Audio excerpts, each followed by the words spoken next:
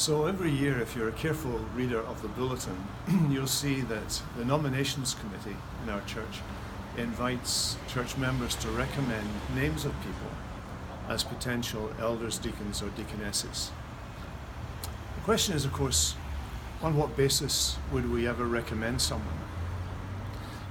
I think there's a mistaken idea that what we should look for are the busiest people that we know, people who are involved in this, that, the other thing in church. And that the basis of nominating somebody for office is the basis of what they do.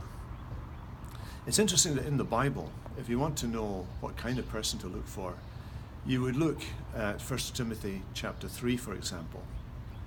And there you discover that, in fact, what the Bible is more interested in is what a person is, who a person is.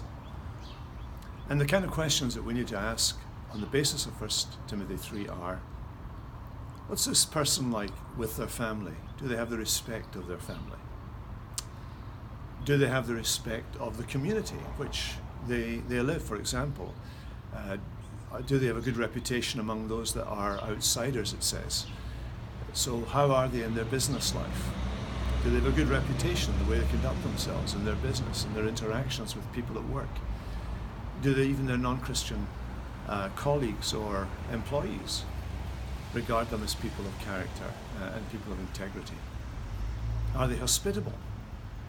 Do they open their homes to others? Are they interested in people?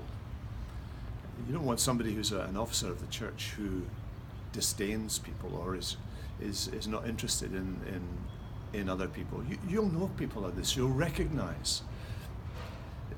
One of the principles that I learned very early on in Christian ministry is that people like elders and deacons are recognized by the church.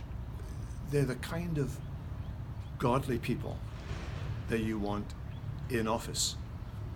And character and godliness are the fundamental elements that you want to see in people you recommend.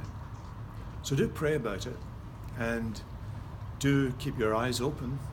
And even if these people aren't available this year, perhaps the committee would be interested in keeping their names on file and looking at them for the long term, because we all have the privilege, really, of contributing to this vital part of our church's life. And while you're thinking about that, would you please pray for our officers, our elders, deacons and deaconesses, as they have heavy workload, and God uses them in a whole variety of ways to have an input into people's lives. Have a good week.